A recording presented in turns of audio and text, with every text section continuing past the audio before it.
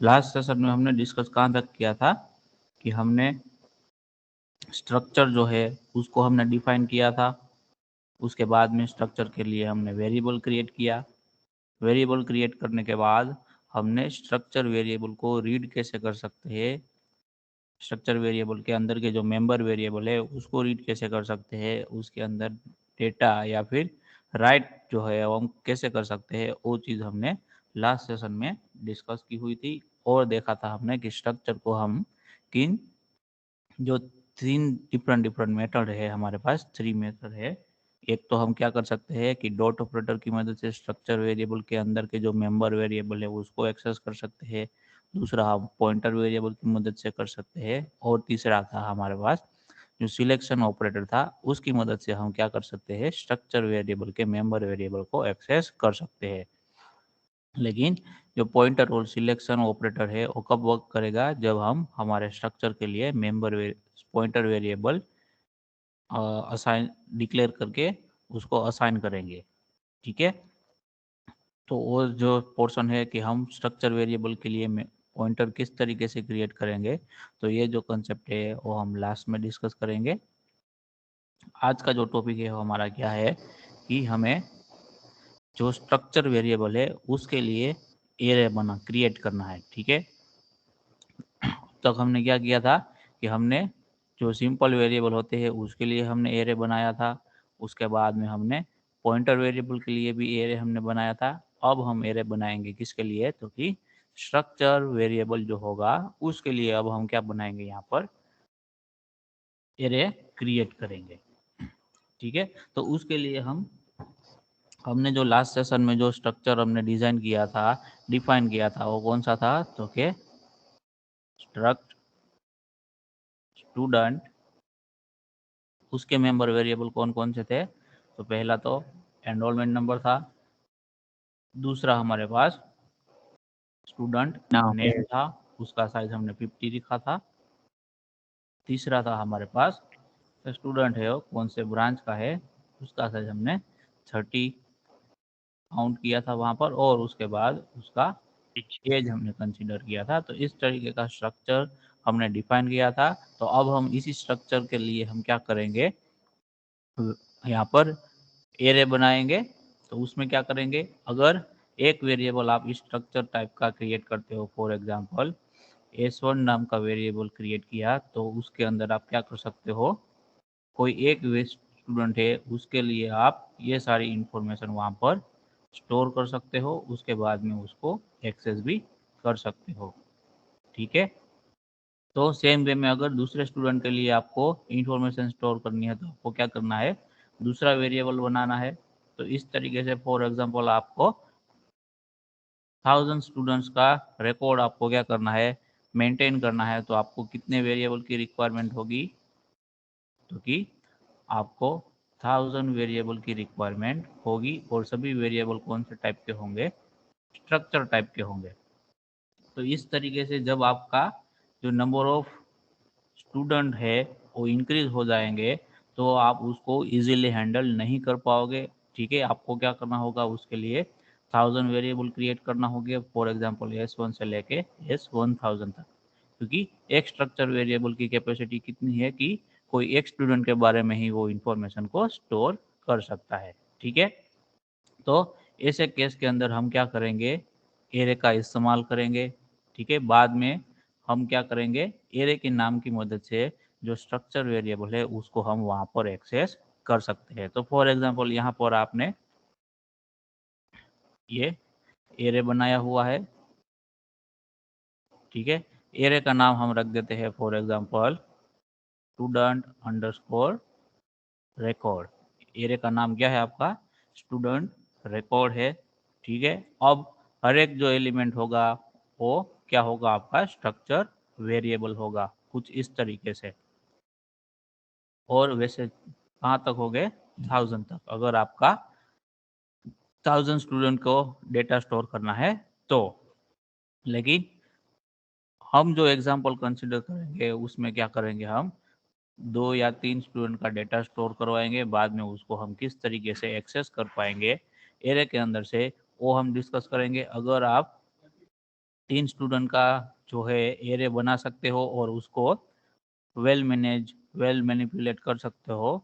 तो उसके बाद आप 1000 स्टूडेंट का जो एरे है उसको भी आप इजीली मैनिपुलेट और मेंटेन कर सकते हो। ठीक है, समझ में आ रहा है सबको? Yes sir. Yes sir. तो यहाँ पर हम जो स्ट्रक्चर के लिए जो एरे डिक्लेयर करेंगे तो उसको हम किस तरीके से डिक्लेयर कर सकते हैं? तो उसका सिंटेक्स है, जैसा कि हमारा कोई भी सिंपल एरे है उसको डिक्लेयर करने का सिंटेक्स है, उसी सिंटेक्स को फॉलो करेगा। ठीक है, तो सिंपल एरे अगर आपको डिक्लेयर करना है तो सिंटेक्स क्या रहेगा? पहले जो भी टाइप डेटा टाइप का आपको एरे डिक्लेयर करना है और डेटा टाइप का नाम रहेगा, उसके बाद में आपका एरे का नाम रहेगा और स्क्वायर ब्रैकेट में आपको क्या देना होगा? Size of array. तो इस तरीके से आप क्या कर सकते हो? सिंपल वेरिएबल के लिए या फिर सिंपल डेटा टाइप के लिए आप क्या कर सकते हो? एरे को डिक्लेयर कर सकते हो। सेम वे में अगर आपको स्ट्रक्चर के लिए क्या करना है, एरे को डिक्लेयर करना है, तो यहाँ पर डेटा टाइप कौन सा आएगा? तो कि हमारा जो स्ट्रक्चर वेरिएबल है उसका डेटा टाइप कौन सा होता है? तो कि जो हमने स्ट्रक्चर का नाम दिया है वही क्या है? One type of data type है। स्ट्रक्चर है हमारा वो क्या है? यूजर डिफाइंड डेटा टाइप है। तो यहाँ पर स्ट्रक्चर वेरिएबल को स्टोर करने के लिए जो एरे हम बनाएंगे उसमें डिक्लेरेशन में डेटा टाइप की जगह हम क्या लिखेंगे? कि हमारा स्ट्रक्चर का नाम लिखेंगे। तो कौन सा है? स्टूडेंट नाम का स्ट्रक्चर है हमारा। तो यहाँ पर हम लिखेंगे स्ट्रक्ट स्टूडेंट। उसके बाद एरे का नाम हम रखेंगे। हमने एरे का नाम यहाँ पर क्या कंसीडर किया हुआ है? तो कि स्टूडेंट रिकॉर्ड। तो एरे नाम की जगह हम क्या लिखेंगे? Student underscore record. और फॉर एग्जांपल हमें 3 स्टूडेंट का डेटा स्टोर करने के लिए यहाँ पर एरे बनाना है, तो यहाँ पर मैं साइज कितना रखूँगा उसका? 3। तो ये मेरा हो गया एरे का डिक्लेरेशन कि जिसके अंदर मैं स्ट्रक्चर वेरिएबल को स्टोर कर सकता हूँ। कौन से स्ट्रक्चर वेरिएबल? तो के स्टूडेंट नाम के स्ट्रक्चर के लिए जो भी वेरिएबल बनाए हैं, फॉर एग्जांपल S1, S2 और S3। किसी और स्ट्रक्चर के वेरिएबल हम इसके अंदर स्टोर नहीं करवा सकते, जैसे कि डेटा टाइप में होता था। अगर आपने इंटीजर डेटा टाइप के लिए एरे बनाया हुआ है तो उसके अंदर आप क्या कर सकते हो? सिर्फ इंटीजर एरे यानी भी इंटीजर वैल्यू को ही स्टोर कर सकते हो। सेम उसी तरीके से हमने यहाँ पर जो एरे बनाया है वो स्ट्रक्चर वेरिएबल को स्टोर करने के लिए बनाया, लेकिन कौन से स्ट्रक्चर के वेरिएबल को स्टोर करेगा वो? तो कि स्टूडेंट नाम का जो स्ट्रक्चर है सिर्फ उसी के जो भी वेरिएबल है उसको वो क्या करेगा? स्टोर करेगा। समझ में आ रहा है सबको? Yes sir. इसमें किसी को कोई डाउट है? Yes sir. क्या डाउट है पूछो।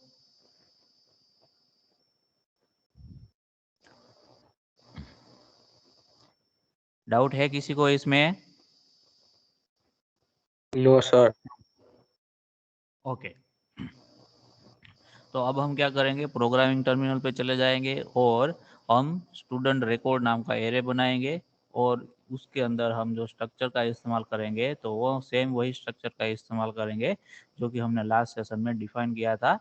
ठीक है, उसके लिए हम एरे बनाएंगे। तो अभी हम प्रोग्रामिंग टर्मिनल पे चले जाते हैं।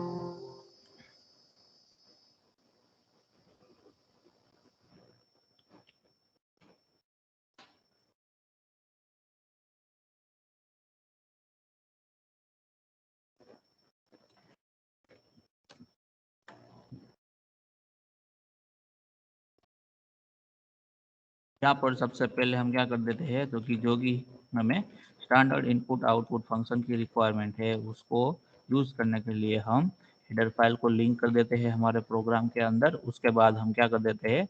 हमारा स्ट्रक्चर यहाँ पर लिख देते हैं। तो हमारा स्ट्रक्चर का नाम क्या है? स्टूडेंट। तो हम क्या लिखेंगे? Struct student. उसके अंदर अब हम क्या कर देंगे? हमारे जो मेंबर वेरिएबल है उसको वहाँ पर हम डिक्लेयर कर देंगे। Character name 50,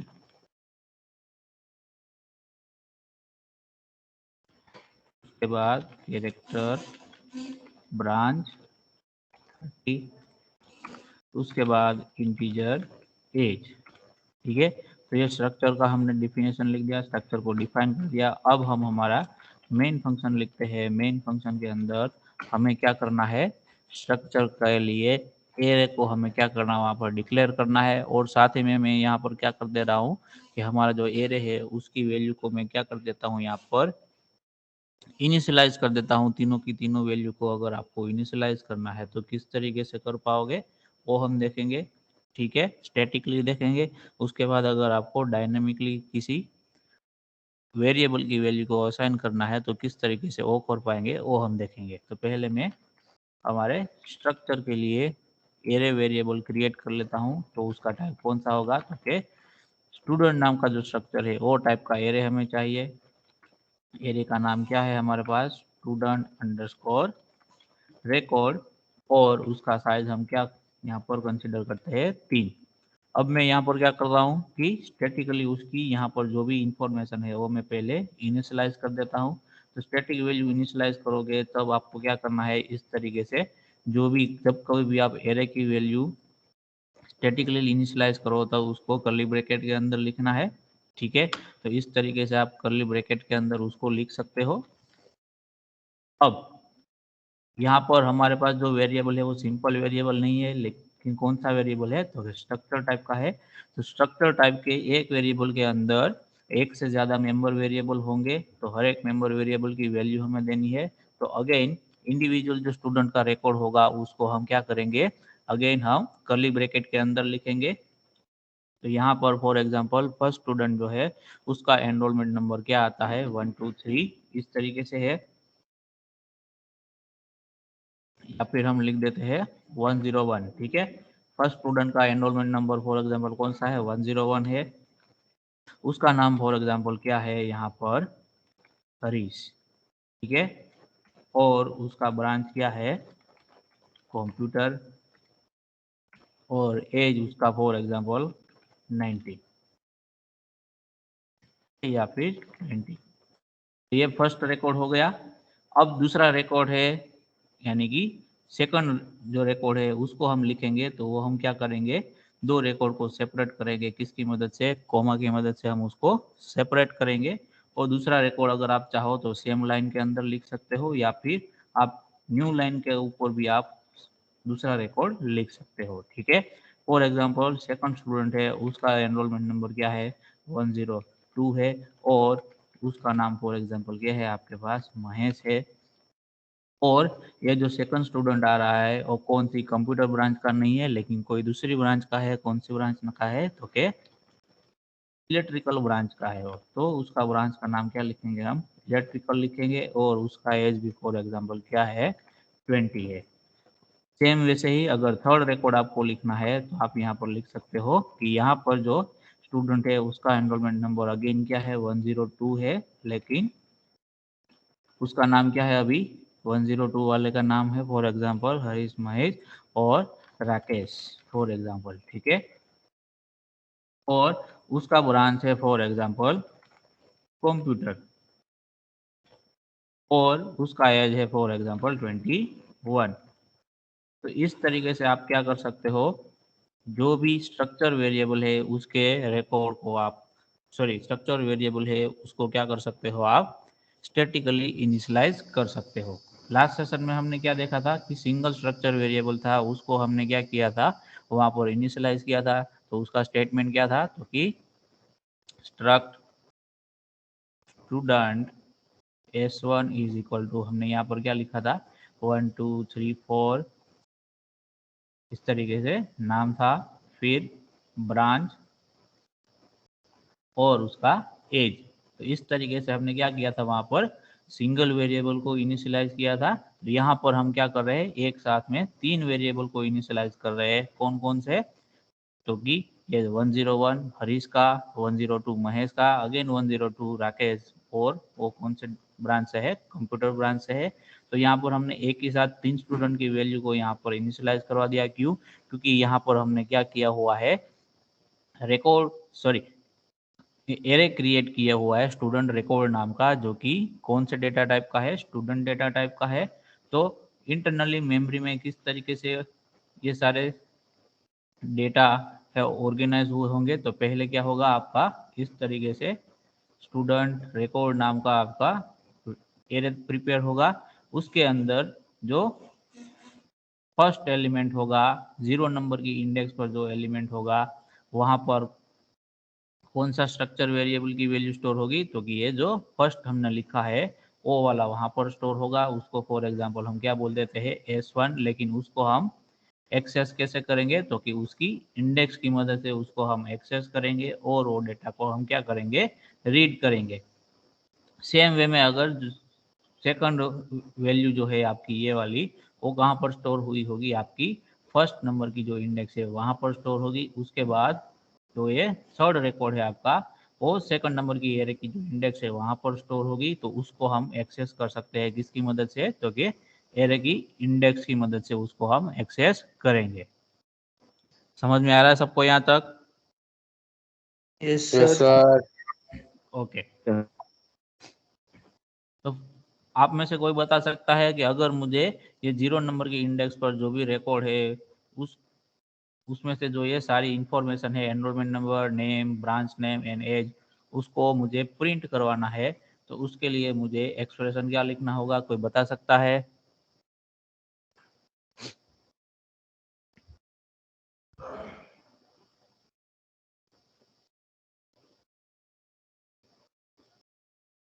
anyone? Student record 0, yes, फिर पॉइंट इनो नेम ब्रांच एज करके। Yes, correct, absolutely. हम क्या करेंगे, कल हमने क्या किया था कि हमने कोई वेरिएबल बनाया था S1 नाम का, उसके अंदर हमारे मेंबर वेरिएबल थे। तो हम वहां पर एक्सेस किस तरीके से करते थे, तो कि S1 dot enrolment number, S1 dot name, S1 dot branch and S1 dot age. तो वहां पर हमारा वेरिएबल का नाम क्या था, S1 था। यहाँ पर हमारे वेरिएबल क्या है, तो कि स्टूडेंट रिकॉर्ड है, लेकिन वो कौन से टाइप का है, तो कि एरे टाइप का है। तो वहां पर एरे के जो हर एक एलिमेंट है उसको हम रिफर किस तरीके से करेंगे, तो कि इंडेक्स की मदद से उसको रिफर करेंगे। तो यहाँ पर हम क्या लिखेंगे, तो कि स्टूडेंट अंडरस्कोर रिकॉर्ड, 0 नंबर की इंडेक्स पर जो स्ट्रक्चर वेरिएबल है उसमें से मुझे एनरोलमेंट नंबर की वैल्यू चाहिए। तो मैं इस तरीके से लिखूंगा कि स्टूडेंट रिकॉर्ड, उसकी 0 नंबर की इंडेक्स, और 0 नंबर की इंडेक्स पर जो भी स्ट्रक्चर वेरिएबल है उसका एनरोलमेंट मेंबर वेरिएबल का वैल्यू क्या है वो मुझे चाहिए। तो मैं ये स्टेटमेंट लिखूंगा। समझ में आ रहा है सबको? Yes, sir. सेम वे में अगर आपको ब्रांच की वैल्यू चाहिए तो आप क्या लिखोगे वहां पर, तो के स्टूडेंट अंडरस्कोर रिकॉर्ड, 0 नंबर का चाहिए तो 0 डॉट करके आप क्या लिखोगे, ब्रांच लिखोगे। अगर सेकंड नंबर का रिकॉर्ड चाहिए आपको तो आप वहां पर क्या लिखोगे, ओके, उसका इंडेक्स क्या हो जाएगा, वहां पर 1 हो जाएगा इंडेक्स। तो आप क्या लिखोगे, student record index number 1 dot name करोगे। तो 1 नंबर की जो इंडेक्स है उस पर जो भी स्ट्रक्चर वेरिएबल होगा उसमें से जो भी नेम मेंबर वेरिएबल का वैल्यू होगा वो आपको वहां पर मिलेगा। समझ में आ रहा है सबको? Yes sir sir. हमें अगर ये सभी एक ही लाइन में प्रिंट करना है तो मतलब एनओएन नंबर और नेम दोनों एक ही लाइन में प्रिंट करवाने हैं तो दोनों साथ में लिख दे तो चलेगा? हाँ हाँ, लिख के चलेगा, ठीक है। अभी मैं वही पर आ रहा हूँ, ठीक है। अभी हम क्या करवाएंगे, ये जो स्ट्रक्चर है हमारा एरे का, जो सॉरी स्ट्रक्चर का जो एरे है उसमें से हम क्या करेंगे, पहले हम कोई एक रिकॉर्ड को प्रिंट करवाएंगे। फॉर एग्जांपल 0 नंबर की इंडेक्स पर जो रिकॉर्ड है उसको हम प्रिंट करवाते हैं, ठीक है। तो उसको प्रिंट करने के लिए मैं क्या लिखूंगा, प्रिंट एफ लिखूंगा। अगर मुझे एक ही लाइन में प्रिंट करना है, जैसे कि आपने बताया कि पहले 101 लिखा होगा इस तरीके से, कि पहले इस तरीके से लिखा होगा 101, फिर स्टूडेंट नेम हरीश, फिर स्पेस छोड़ के कंप्यूटर, और फिर स्पेस छोड़ के 20। आप इसी तरीके बोल रहे हो, राइट? हाँ सर। हाँ, तो रिकॉर्ड को हम इसी फॉर्मेट के अंदर प्रिंट करवाते हैं। तो उसी तरीके से हम यहाँ पर भी प्रिंट करेंगे, हमारे प्रोग्राम के अंदर भी। ठीक है, तो वो किस तरीके से कर सकते हैं वो हम यहाँ पर देखते हैं। प्रिंट का स्टेटमेंट हमने लिख दिया। यहाँ पर हम क्या करेंगे, पहला जो हमें वैल्यू प्रिंट करवाना है वो कौन सा है, तो क्या कौन सा वैल्यू है हमारे पास, वो इंटीजर Integer. टाइप का वैल्यू है, तो उसके लिए हम %d लिखेंगे। उसके बाद में हम थोड़ी स्पेस छोड़ देंगे। स्पेस रखना चाहते हैं तो यहाँ पर हम क्या कर सकते हैं, ब्लैंक स्पेस यहाँ पर रख देंगे। उसके बाद क्या करेंगे, दूसरे रिकॉर्ड को प्रिंट करवाएंगे। दूसरा रिकॉर्ड हमारा कौन से टाइप का है, तो के स्ट्रिंग टाइप का है, तो उसको प्रिंट करने के लिए हम फॉर्मेट स्पेसिफायर क्या यूज करेंगे, %s का इस्तेमाल करेंगे। उसके बाद में अगेन हम कुछ ब्लैंक स्पेस रखेंगे और वापस से नेक्स्ट जो वेरिएबल है उसकी वैल्यू प्रिंट करवाएंगे, जो कि अगेन क्या है, स्ट्रिंग है। और उसके बाद क्या है हमारे पास, अगेन इंटीजर वेरिएबल है। तो इस तरीके से हमें रिकॉर्ड को प्रिंट करवाना है। तो हमने फॉर्मेट स्पेसिफायर यहाँ पर अरेंज कर दिया है। अब फर्स्ट फॉर्मेट स्पेसिफायर है %d, उसकी जगह कौन सा वैल्यू प्रिंट करवाना है वो लिखना है, तो वो हम यहाँ पर लिख देंगे। कौन सा प्रिंट करवाना है, तो कि स्टूडेंट रिकॉर्ड, उसकी 0 नंबर की इंडेक्स पर जो भी स्ट्रक्चर वेरिएबल है उसमें से एनरोलमेंट नाम का यानी कि ईएनओ नाम का जो वेरिएबल है, मेंबर वेरिएबल, उसकी वैल्यू मुझे प्रिंट करनी है। तो मैं यहाँ पर क्या लिखूंगा, स्टूडेंट रिकॉर्ड 0 इंडेक्स पर ईएनओ की वैल्यू चाहिए तो .eno लिखूंगा। सेम वे में स्टूडेंट रिकॉर्ड की 0 नंबर की इंडेक्स पर जो नेम अवेलेबल है वो मुझे चाहिए, तो वो मैं वहां पर लिखूंगा। उसके बाद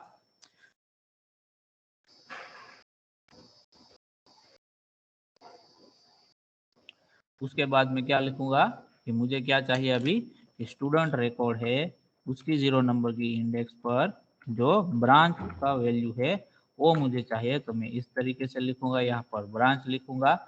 उसके बाद में नेक्स्ट जो मुझे लिखना है वो क्या है, मेरा लास्ट जो मेंबर वेरिएबल है उसको मुझे प्रिंट करवाना है। तो कोमा करके मैं स्टूडेंट रिकॉर्ड लिखूंगा और उसकी 0 नंबर की इंडेक्स पर कौन सी वैल्यू है, तो कि एज वैल्यू है, उसको मैं वहां पर लिख दूंगा। तो ये आपने एज लिख दिया हमने वहां पर।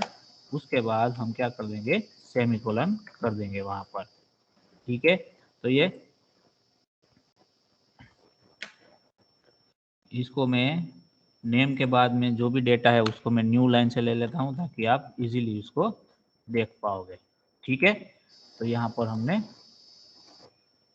ले लिया। यहाँ पर जो भी रिकॉर्ड्स हमें प्रिंट करवाने थे मेंबर वेरिएबल, सबको हमने यहाँ पर एक लाइन के अंदर प्रिंट करवा दिए। लेकिन हमने क्या किया है, सिर्फ 0 नंबर की इंडेक्स पर जो वैल्यू है स्ट्रक्चर वेरिएबल के अंदर के मेंबर वेरिएबल की, उसी को हमने सिर्फ प्रिंट करवाया है। 1 नंबर की इंडेक्स पर है उसको प्रिंट नहीं करवाया है, और 2 नंबर की इंडेक्स पर है उसको भी हमने प्रिंट नहीं करवाया है। तो पहले हम देख लेते हैं कि 0 नंबर की इंडेक्स पर जो स्ट्रक्चर वेरिएबल अवेलेबल है उसकी मेंबर वेरिएबल को हमने प्रिंट किया है। स्टेटमेंट उसके लिए जो लिखा है वो सही तरीके से काम करता है कि नहीं। अगर ये स्टेटमेंट में कोई भी आपकी एरर जनरेट होकर आ रही है तो हम उसको सिंगल स्टेटमेंट में ढूंढेंगे, तो इजीली हम उसको सोल्व कर पाएंगे, ताकि जब हम इसको पूरे एरे के लिए अप्लाई करें तब हमें एरर ना मिले। ठीक है, तो इस तरीके से जब कभी भी आप काम कर रहे हो तो आपको पहले टेस्टिंग के लिए छोटे लेवल पर काम करना है, यानी कि कोई भी एक रिकॉर्ड के लिए आपको उसको टेस्ट कर लेना है। बाद में अगर वो सही तरीके से काम करता है तो सभी रिकॉर्ड के लिए आप उसको अप्लाई कर सकते हो। ठीक है, तो यहाँ पर हम प्रोग्राम को एग्जीक्यूट कर रहे हैं। तो देखो यहाँ पर हमें आउटपुट क्या मिल रहा है, ठीक उसी तरीके से मिल रहा है जैसे कि कोई भी रिपोर्ट के अंदर होना चाहिए। पहले एनरोलमेंट नंबर, फिर उसका नाम, फिर उसका ब्रांच और उसके बाद उसका एज। समझ में आ रहा है सबको? Yes, sir. अब हमें जो हमारा एरे है जिसका साइज क्या है, एरे का साइज हमारे पास 3 एलिमेंट को स्टोर कर सकता है, और वो एलिमेंट कौन से टाइप के है, तो क्या स्ट्रक्चर वेरिएबल। अगर मुझे तीनों के तीनों को प्रिंट करवाना है तो उसके लिए मुझे क्या करना होगा, कोई बता सकता है? फॉर लूप डाल देना। यस, कभी लूप। भी लूप का इस्तेमाल कर सकते हैं हम। ठीक है, कभी भी हमें क्या करना होगा कि एरे आपका छोटा हो या बड़ा हो, कभी भी एरे के अंदर के जो भी सारे एलिमेंट है उसको आपको एक्सेस करना है तो ऑलवेज हम किसका इस्तेमाल करेंगे, लूप का इस्तेमाल करेंगे। और जो हमें एक्सेस करने में इजी रहता है वो कौन सा लूप है, तो कि फॉर लूप है, जिसको हम इजीली क्या कर सकते हैं, हैंडल कर सकते हैं। लेकिन लूप है तो उसके लिए भी क्या चाहिए, कंट्रोल करने के लिए कोई एक लूप कंट्रोलिंग वेरिएबल की रिक्वायरमेंट होगी। तो उसको मैं यहाँ पर डिक्लेयर कर देता हूँ। फॉर एग्जांपल वो लूप कंट्रोलिंग वेरिएबल क्या है, आई है। उसके बाद में क्या लिख देता हूँ, फॉर लूप लिख देता हूँ, I is equal to 0, I less than 3, I plus plus. और लूप के अंदर मुझे क्या करना होगा, ये वाला प्रिंटफ स्टेटमेंट लिखना होगा। प्रिंटफ स्टेटमेंट लूप के अंदर जैसे हम लिख देंगे, उसके बाद मुझे यहाँ पर मॉडिफिकेशन करना होगा। कौन सा मॉडिफिकेशन करना होगा, कोई बता सकता है यहाँ पर? 0 की जगह आई लिखना। यस, यहाँ पर जो हमने इंडेक्स में 0 वैल्यू ली है उसकी जगह मुझे क्या करना होगा, हर एक जगह पर हमारे आई वेरिएबल की वैल्यू लेनी होगी, ताकि फर्स्ट इटरेशन जब हो हमारा, तब आई वेरिएबल की वैल्यू क्या होगी, वहाँ पर 0 होगी, उसके बाद में 1 होगी। तो उस तरीके से हम एरे में जितने भी एलिमेंट है उस हर एक एलिमेंट की वैल्यू को यहाँ पर क्या करवा सकते हैं, प्रिंट करवा सकते हैं। तो मैं अब वापस से हमारे प्रोग्राम को एग्जीक्यूट कर रहा हूँ। ठीक है, उससे पहले हम क्या करेंगे, यहाँ पर लास्ट में /n कर देंगे, ताकि उसके बाद का जो भी रिकॉर्ड हो वो कहाँ से प्रिंट हो, न्यू लाइन से प्रिंट होके आपको मिले। ठीक है, तो मैं प्रोग्राम को एग्जीक्यूट कर देता हूँ यहाँ पर। तो आउटपुट आपको कुछ इस तरीके से दिखेगा कि यहाँ पर तीनों के तीनों जो स्टूडेंट है उसका डेटा आपको यहाँ पर रिकॉर्ड के फॉर्म में शो होगा। समझ में आ रहा है सबको? सर इसमें किसी को डाउट है एरे ऑफ स्ट्रक्चर के अंदर? No sir. यहाँ पर हमने क्या किया है कि हमारे स्ट्रक्चर वेरिएबल को स्टोर करने के लिए हमने एरे बनाया हुआ है। ठीक है, सर हम ये एनरोलमेंट नंबर को यूनिक कैसे बना सकते हैं, मतलब बाद में इस्तेमाल ना हो एक नंबर? तो वो चीज़ हम यहाँ पर नहीं कर सकते हैं। ठीक है, क्योंकि यहाँ पर हम क्या कर रहे हैं, सिर्फ डेटा को स्टोर कर रहे हैं। तो उसके लिए आपको क्या करना होगा कि अगर आप उसको यूनिक रखना चाहते हो तो ये जो सारे वैल्यू है उसको आप कहाँ पर स्टोर करवाओगे, कहीं पर भी फाइल के अंदर स्टोर करवाओगे। फॉर एग्जांपल टेक्स्ट फाइल है आपकी, ठीक है, उसके अंदर आपने ये सारे रिकॉर्ड को क्या करवा दिया, स्टोर करवा दिया है। ठीक है, उसके बाद जब कभी भी आप न्यू एंट्री करोगे, ठीक है, नए स्टूडेंट की एंट्री करोगे, तो आप क्या करोगे, ये सारी वैल्यू को मैन्युअली वहाँ पर एंटर करोगे। तो जब न्यू एंट्री होती है तो उसको ये फाइल के अंदर सेव करने से पहले ये जो फाइल है उसके अंदर जितनी भी रिकॉर्ड है उसका आपको क्या चेक करना होगा, एनरोलमेंट नंबर चेक करना होगा कि जो हम नई एंट्री करने जा रहे हैं उसका एनरोलमेंट नंबर फॉर एग्जांपल 103 है। तो ये 103 नाम की एंट्री आपकी टेक्स्ट फाइल में ऑलरेडी अवेलेबल है कि नहीं है, यस और नो। अगर नहीं है तो आप इसको वहाँ पर सेव कर सकते हो। अगर एंट्री ऑलरेडी अवेलेबल है तो आपको सेव नहीं करना है और मैसेज दे देना है कि रिकॉर्ड इज ऑलरेडी अवेलेबल। ठीक है, इस तरीके से मैसेज आप प्रिंट करवा सकते हो वहाँ पर। समझ में आ रहा है सबको? Yes sir. Yes sir. तो ये जो डुप्लीकेशन एंट्री वाली बात है वो सारा जब जहाँ पर भी हम डेटा स्टोर करते हैं उसके लिए अलग से कंसेप्ट है, जिसको हम क्या बोलेंगे, डेटाबेस बोलेंगे। तो डेटाबेस नाम का पूरा एक सब्जेक्ट आएगा आपको कि जिसके अंदर आपको सिखाया जाएगा कि कोई भी सॉफ्टवेयर आप बनाते हो तो उसके जो सॉफ्टवेयर है वो क्या करता है, डेटा को मैनिपुलेट करता है, मैनेज करता है। तो कोई भी सॉफ्टवेयर के लिए डेटा को आप स्टोर कहाँ पर करोगे और उसको आप किस तरीके से एक्सेस करोगे, तो ये सारा जो है चीज़ वो आप सीखोगे कहाँ पर, तो कि डेटाबेस नाम का, डेटाबेस मैनेजमेंट सिस्टम नाम का आपका एक सब्जेक्ट आएगा, शॉर्ट फॉर्म है उसका DBMS।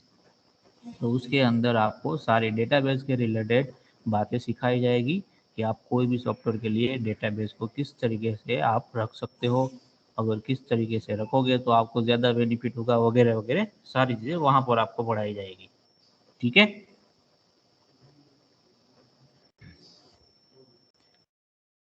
यहाँ तक किसी को कोई डाउट है तो पूछो।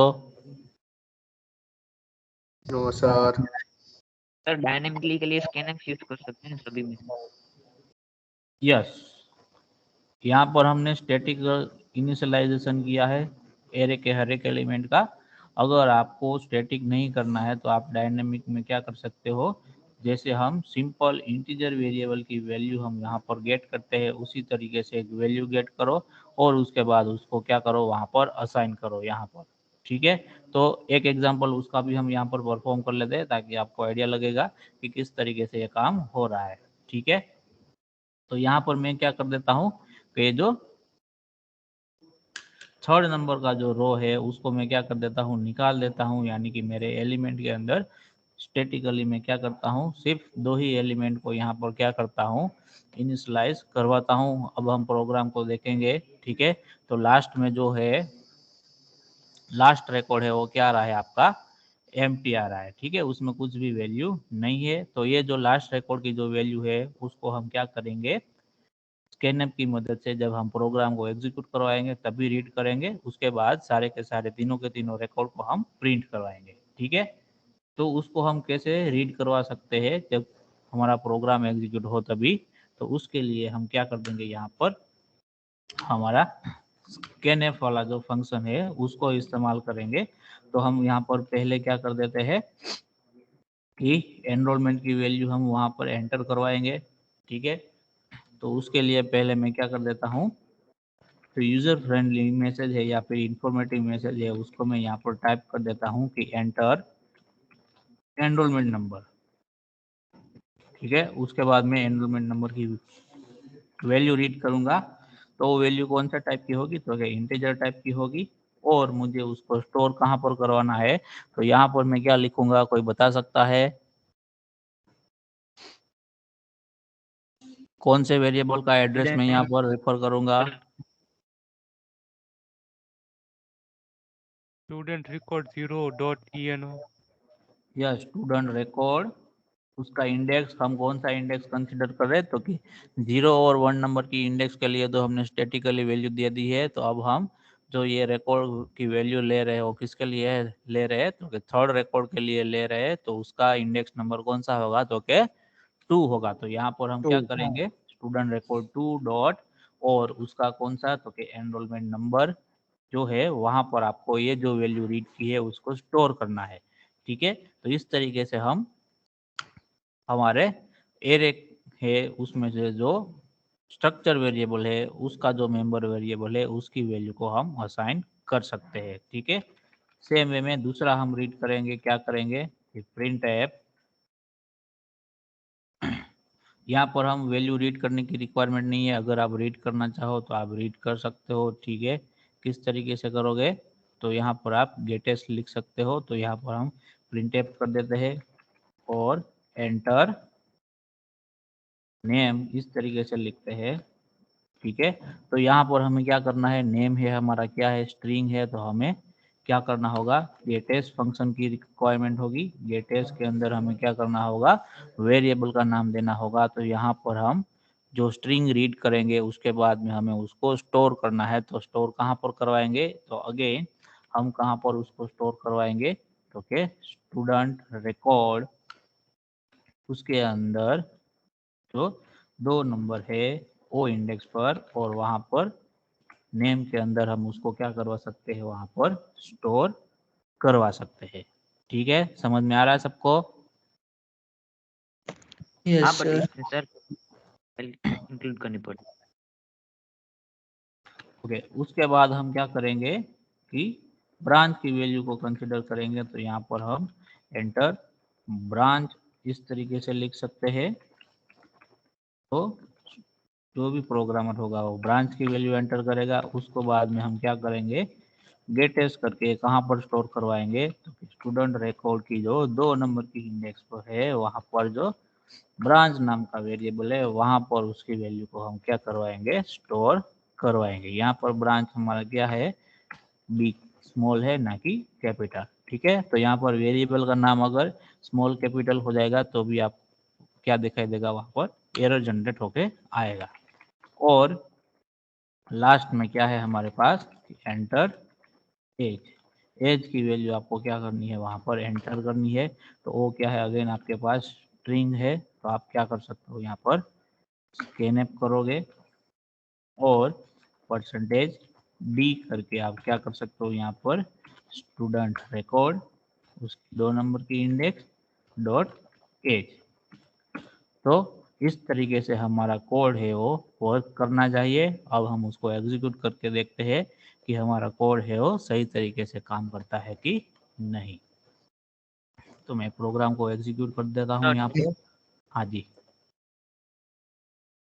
बोलिए। स्ट्रिंग डॉट वाली फाइल इंक्लूड करनी पड़ेगी ना। हाँ, हम उसको ऐड करेंगे। ठीक है, हम string.h फाइल को यहाँ पर ऐड कर देते हैं। आप string.h को पहले ऐड करो या फिर stdi को पहले ऐड करो, उसमें कोई भी दिक्कत नहीं रहती है। ठीक है, आप कोई भी मैनर में लिख सकते हो। यहाँ पर प्रोग्राम को हम वापस से एग्जीक्यूट करते हैं। ओके, अगेन यहाँ पर हमारे पास एरर जनरेट होकर आ रही है, कौन सी, तो यहाँ पर हमने स्कैनएप के साथ में %, का इस्तेमाल नहीं किया हुआ है। ठीक है, तो लास्ट में एज वाली वैल्यू हमने कंसीडर की वहाँ पर, तो हम वहाँ पर %, का साइन लिख देते हैं। वापस से हमें गेटेस वाला क्या देता है, ठीक है, उसको हम अवॉइड करते हैं। ठीक है, अब हम एनरोलमेंट की जो वैल्यू है उसको हम क्या कर देते हैं, यहाँ पर एंटर करवा देते हैं। तो ये सारी वार्निंग है। ये बेसिकली ये बता रहा है कि गेटेस्ट फंक्शन है वो क्या हो गया है, डेप्रिकेटेड हो गया है, यानी कि पुराना हो गया है, उसकी जगह आप दूसरा यूज़ करो। लेकिन हमें अभी गेटेस्ट के ही रिक्वायरमेंट है, तो गेटेस्ट को हम कंसिडर करके आगे चलते हैं। और एनरोलमेंट नंबर हम यहाँ पर क्या कंसिडर करते हैं, तो कि 103। एनरोलमेंट के बाद हम क्या करेंगे, नेम वाला, नेम के लिए हमें, हाँ, वहाँ पर नेम और ब्रांच दोनों एक ही साथ में आ गए हैं। ठीक है, ऐसा क्यों हुआ है, क्योंकि हम, हाँ, यहाँ पर हमने क्या किया है, पहले गेटेस रीड किया, तो जैसे ही हमने रीड किया उसके बाद में वो जो एंटर का जो मैसेज आया वो क्या हो गया, वहाँ पर उसने रीड कर लिया और उसको वहाँ पर कंसीडर कर लिया है। तो उसको हम क्या कर देते हैं, वहाँ पर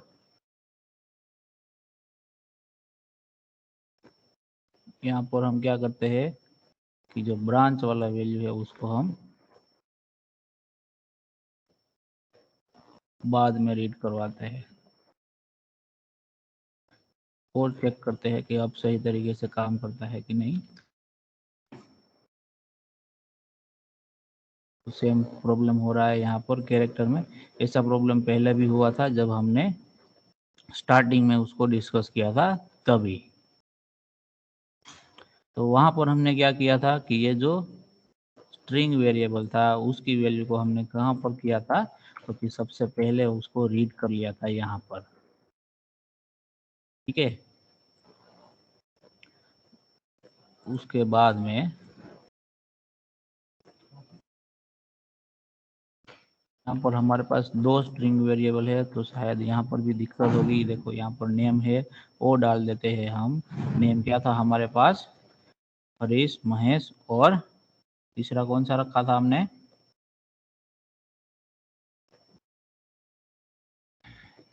रमेश। ठीक है, रमेश को रख देते हैं। ठीक है, उसके बाद हम ब्रांच का नाम डालेंगे। तो ब्रांच हमारे पास कौन सा था, कि कंप्यूटर वाला ब्रांच था। उसके बाद एनरोलमेंट नंबर हम डालेंगे। तो एनरोलमेंट नंबर क्या था आपका, 103 था। उसके बाद एज फॉर एग्जांपल हमने कंसीडर किया था 21। तो इस तरीके से हमने हमारे जो स्ट्रक्चर वेरिएबल है उसके लिए तीनों के चारों के चारों मेंबर वेरिएबल की वैल्यू यहाँ पर यूजर से हमने रीड कर ली है।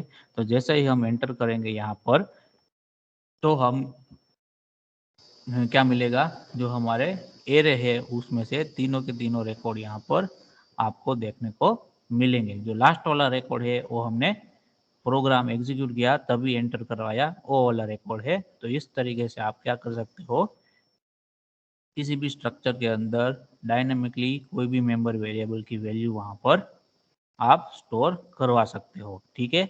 लेकिन आपको ध्यान में क्या रखना है कि जब कभी भी आपके पास स्ट्रिंग टाइप का जो भी वैल्यू है उसको आपको क्या करना है, सबसे पहले रीड करना है, ताकि वो दिक्कत क्रिएट ना हो आपको, ठीक है।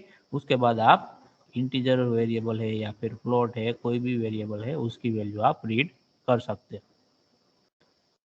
ओके, समझ में आ रहा है सबको यहाँ तक? इसमें किसी को कोई डाउट है तो पूछो।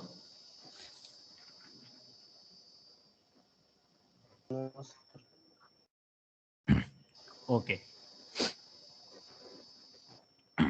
तो अभी हमारा जो नेक्स्ट कंसेप्ट है वो कौन सा है कि array with in structure.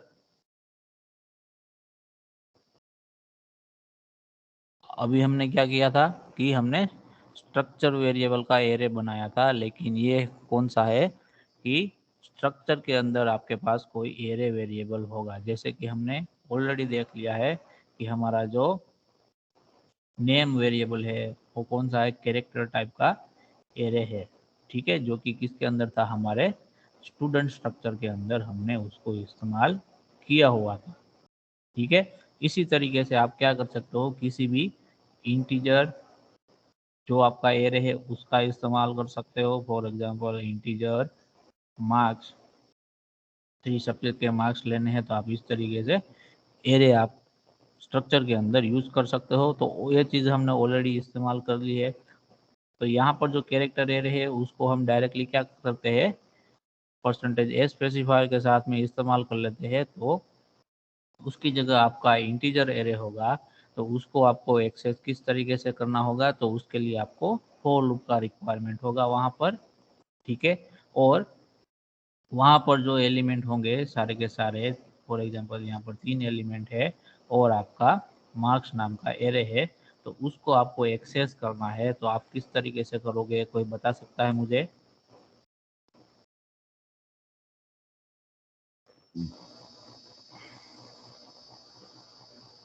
Suppose ये करोगे 0 1 2 इस तरीके से है, मुझे 1 नंबर के इंडेक्स पर जो भी वैल्यू है उसको मुझे एक्सेस करना है, तो मुझे कौन सा स्टेटमेंट लिखना होगा यहाँ पर, वो सिर्फ आप बताओ। फॉर लूप वाला ये भूल जाओ, ठीक है। आपका जो स्ट्रक्चर का नाम है वो क्या है, स्टूडेंट है।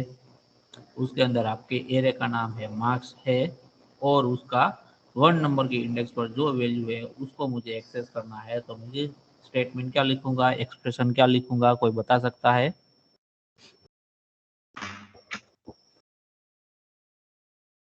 स्टूडेंट अंडरस्कोर नेम नहीं नहीं, मार्क्स की बात कर रहा हूं मैं, ठीक है। हाँ तो मार्क्स हाँ, student underscore marks underscore marks, और ब्रैकेट में जो भी हमको प्रिंट करवाना है वो 1 नंबर की इंडेक्स, राइट। 1 हाँ डॉट हाँ सर तो यहाँ पर देखो स्टूडेंट अंडरस्कोर नहीं आएगा, स्टूडेंट डॉट मार्क्स आएगा, ठीक है। हमारा स्ट्रक्चर का नाम क्या है, स्टूडेंट है, ठीक है, डॉट मार्क्स है। अगर इसके लिए हम वेरिएबल बनाते हैं तो यहाँ पर एक्चुअल में स्ट्रक्चर का नाम भी नहीं आएगा, क्या आएगा, वेरिएबल का नाम आएगा। फॉर एग्जांपल S1 नाम का वेरिएबल है तो S1 डॉट मार्क्स, और यहाँ पर इंडेक्स आएगा उसका। समझ में आ रहा है सबको?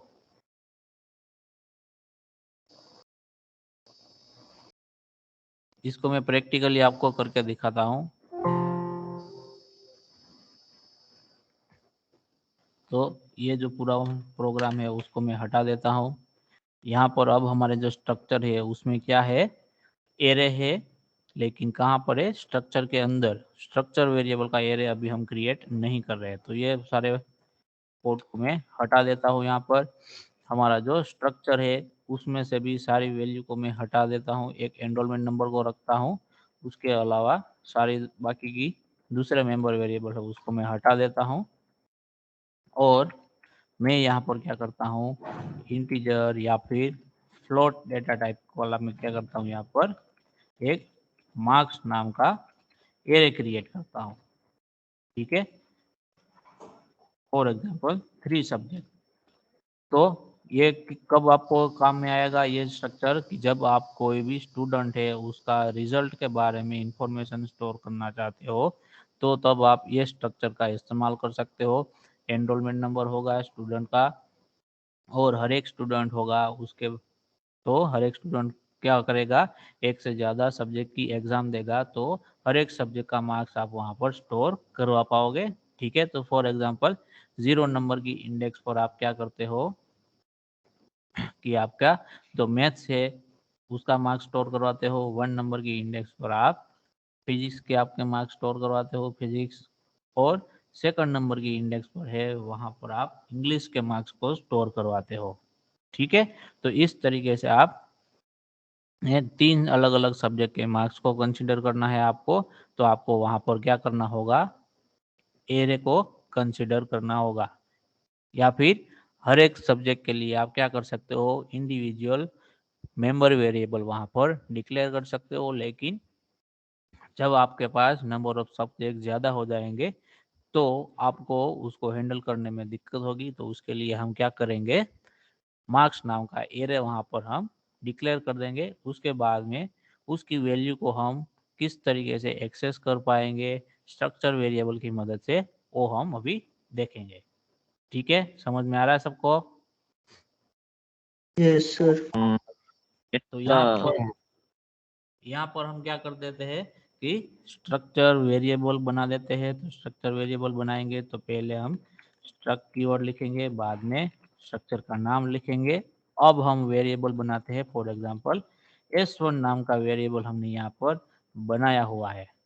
ठीक है, सिर्फ मैंने वेरिएबल बनाया है। अब मुझे उसकी वैल्यू को क्या करना है, वहाँ पर असाइन करना है। कहाँ से असाइन करना है, तो कि यूजर से रीड करवा के मुझे सारी वैल्यू को असाइन करवाना है। ठीक है, तो मैं किस तरीके से कर पाऊंगा, कि पहले मैं लिख देता हूँ कि print f enter enrolment number. तो एनरोलमेंट नंबर एंटर करेंगे और उसको मैं क्या कर दूंगा, स्कैन एफ की मदद से रीड कर लूंगा। और मैं उसको स्टोर कहाँ पर करवाऊंगा, क्योंकि S1 वेरिएबल है उसके अंदर जो एनरोलमेंट वाला मेंबर वेरिएबल है उसके अंदर मैं उसकी वैल्यू को स्टोर करवाऊंगा।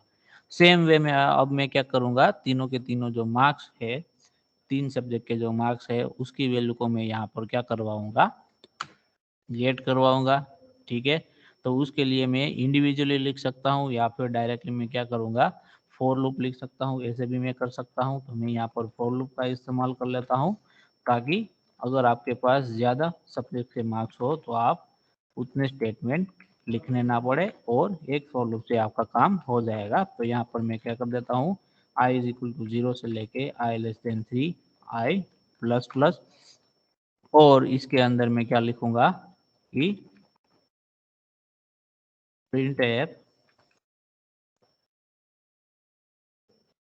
एंटर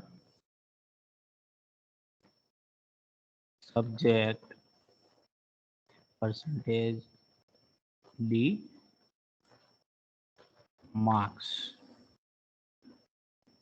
इक्वल टू, यहाँ पर मैं क्या करूँगा, जो हमारा i है +1 कर दूंगा। तो i की वैल्यू जब 0 होगी तब यहाँ पर आपको क्या दिखाई देगा कि सब्जेक्ट 1 के मार्क्स आप यहाँ पर एंटर करो।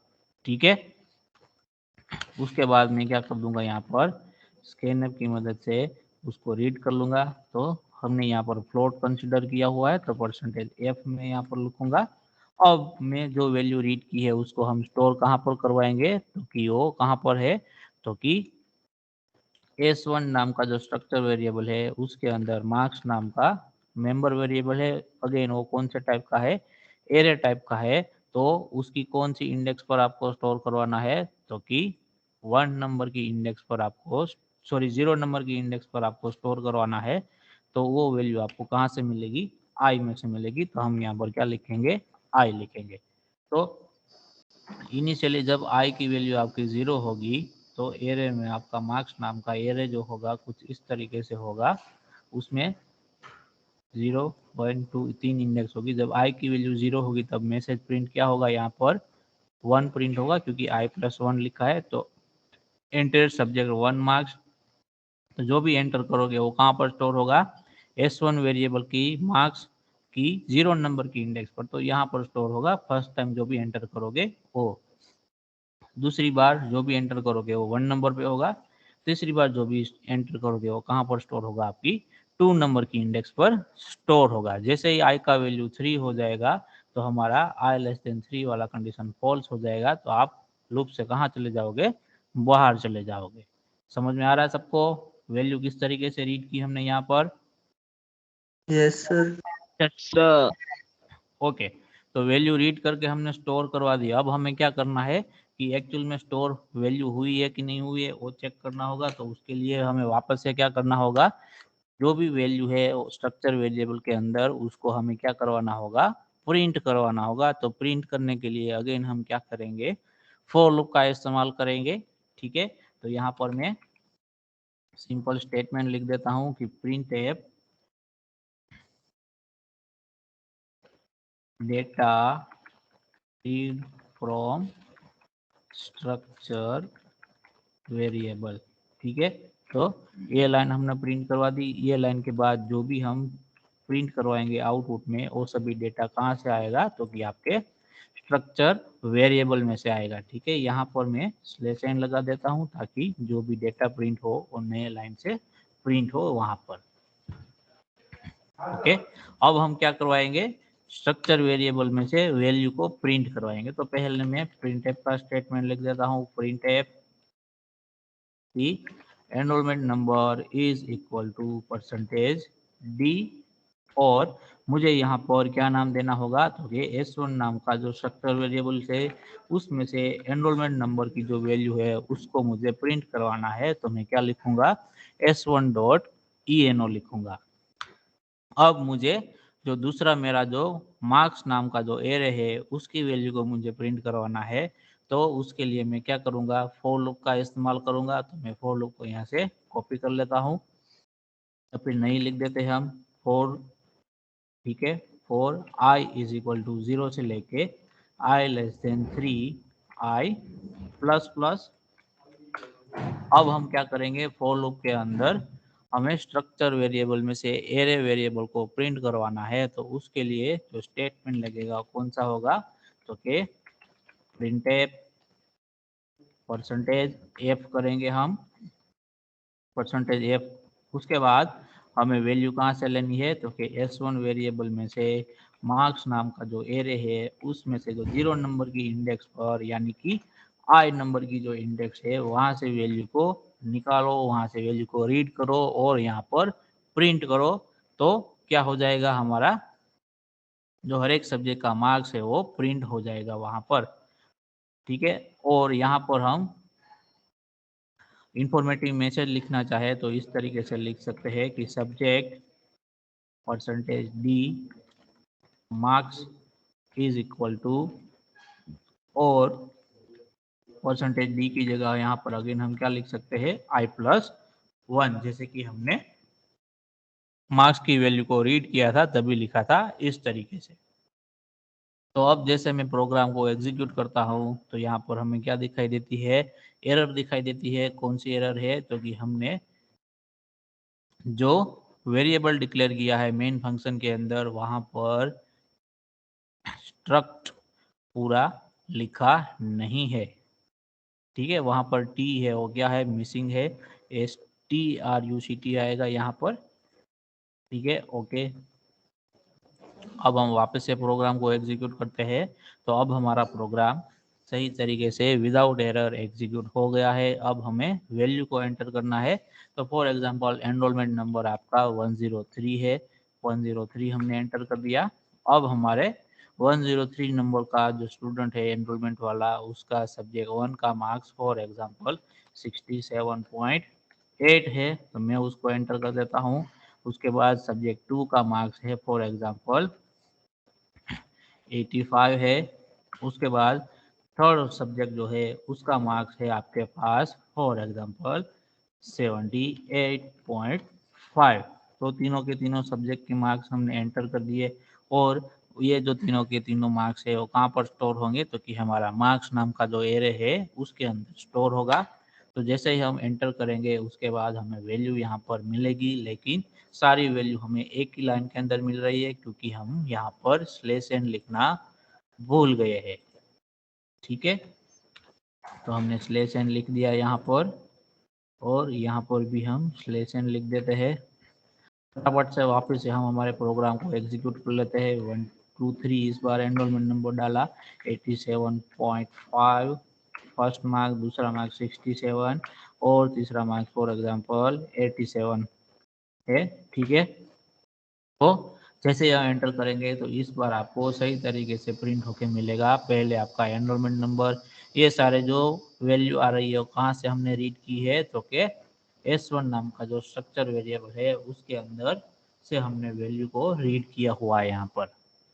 ठीक है,